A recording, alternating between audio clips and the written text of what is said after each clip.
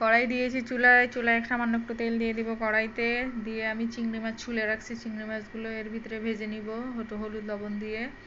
হলুদের গুঁড়া দিয়েছি, এবার একটু লবণ দিব, হলুদ আর লবণ দিব, যাতে আমার শাকটায় আর হলুদ আর লবণ না দেওয়া লাগে। যদিও লাল শাকে হলুদ লবণ দেওয়া লাগে না। আমি চিংড়ি মাছটা এভাবে একটু ভেজে নিলাম। ভেজে নিয়ে আমি এর ভিতরে একটু পানি দিয়ে দিব, যাতে চিংড়ি মাছের একটু হালকা ঝোল ঝোল থাকে। ওর ভিতরে আমি শাকটা দিয়ে দিব।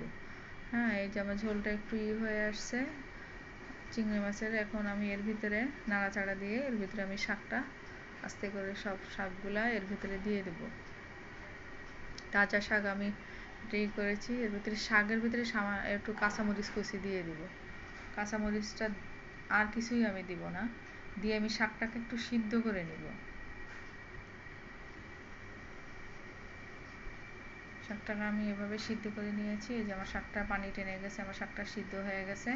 এখন আমি এটাকে বাগার দিব। কেউ বলে তেলের উপরে দেয়, আমি বাগার বলে। আমি এটা ফ্রাই প্যান দিয়েছি চুলার উপরে, ফ্রাই প্যান গরম হয়েছে, ওর ভিতরে আমি তেল দিয়ে দিয়েছি। আমার তেলটাও গরম হয়ে আসছে। এর ভিতরে আমি শুকনো মরিচ ছিঁড়ে দিব। শুকনো মরিচ ফ্লেভারটা শাকে অনেক ভালো যায়, যার কারণে আমি শুকনো মরিচটা দিয়েছি। শুকনো মরিচের এবার আমি পেঁয়াজ আর রসুন কুচি এগুলো এর ভিতরে দিয়ে আমি বেশি করে পেঁয়াজ আর রসুন কুচি দিয়েছি, দিয়ে আমি এর ভিতরে একটু নাড়াচাড়া করে নিব সুন্দর করে। যতক্ষণ পর্যন্ত গোল্ডেন কালার না হয় ততক্ষণ পর্যন্ত আমি এরকম নাড়তে থাকবো, অনবরত নাড়তে থাকবো।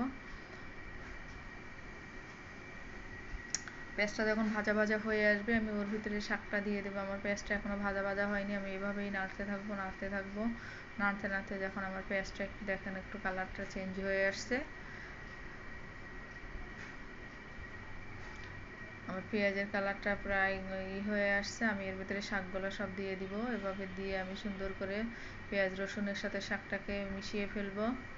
সুন্দর যতক্ষণ না মিশে ততক্ষণ আমি এভাবে নাড়তেই থাকবো নাড়তেই থাকবো। নাড়তে নাড়তে আমার এখন প্রায় মেশানো শেষের দিকে, কিন্তু আমার শাকের ভিতরে একটু হালকা পানি আছে, এই জন্য আমি একটু করবো। এই যে আমার দেখেন শাকটা প্রায় হয়ে যাওয়ার মতো হয়েছে। শাক এটা কিন্তু অসাধারণ হয়, আপনারা যারা নতুন আছেন এরা ট্রাই করেন, খুব মজা হয়, খুব মজা।